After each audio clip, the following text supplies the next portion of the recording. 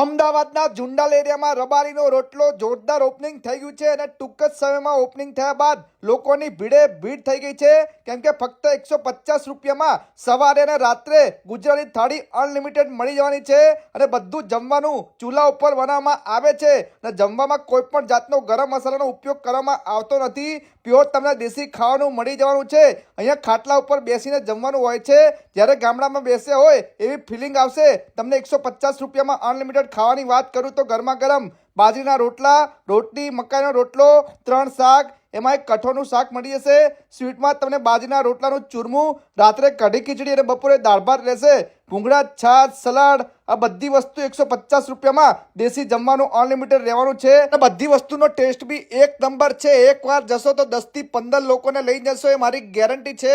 તો video share કરી દેજો કેમ કે બધી વસ્તુ ચૂલા ઉપર બનાવવામાં આવે છે.